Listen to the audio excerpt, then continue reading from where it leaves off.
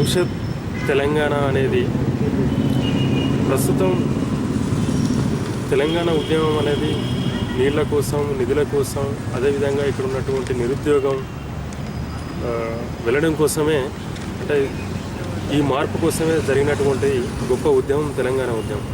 అందులో అనేక కులాలు, అనేక వర్గాలు, అనేక మతాలు అన్నీ కూడా పాల్గొంచుకోవడం జరిగింది.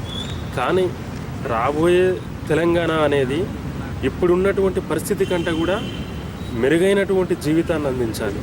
అది విద్య కావచ్చు, ఆర్థికంగా కావచ్చు, అదేవిధంగా ఇంకా అనేక రకాలైనటువంటివి, ముఖ్యంగా చదువుకున్న వాళ్ళకి ఉద్యోగాలు, ఇలాంటి మార్పు రావాలనేది కోరుకుంటున్నాను. అయితే ఒకప్పుడు నిజాం రాజు పరిపాలించినటువంటి తెలంగాణ ఏదైతే ఉందో, అప్పుడు రాజు దగ్గర ఉన్నటువంటి మంత్రులు కానివ్వండి, సలహాదారులు అందరూ కూడా వేరే ప్రాంతం వాళ్ళు ఉండేది. అందుకోసం అని చెప్పేసి అప్పుడు స్థానికంగా ఉన్నటువంటి ఈ తెలంగాణ ప్రాంతానికి ఏ రకమైనటువంటి అభివృద్ధి అనేది కూడా మనం చూడలేకపోయినాం. ఒక హైదరాబాద్నే చూడగలిగినాం.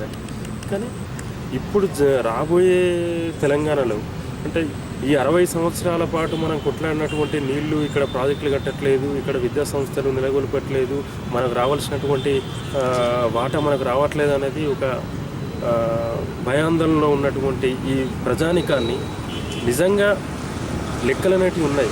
కానీ ప్రస్తుతం ఉన్నటువంటి సీమాంధ్ర వాళ్ళు కానివ్వండి, ఇంకా వీళ్ళన్నీ తప్పుడు లెక్కలు చెప్పినప్పటికీ అనేక కమిషన్లు, అనేక రిపోర్ట్లలో